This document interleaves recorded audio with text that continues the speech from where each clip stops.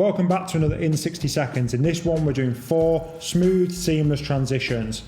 Let's have it. First up, a fill frame. This is where you move behind an object that fills the entire frame. Typically, this is good to do with a consistent color like a black or a white. It just makes the transition a little bit more seamless. Next up, a whip pan. A whip pan is where you link 2 shots together by whipping a camera in any direction. You make a cut between the 2 shots where the motion's at its peak. Next up, a masking transition. This is quite similar to a fill frame, however, it's when an object passes in front of the camera and you cut a line in the editor outside of the object that passes in front of the camera to reveal the shot underneath. And finally, the match cut. A match cut is all about getting your composition right. You take 2 shots, you frame them the same way, and when they align, you make the change.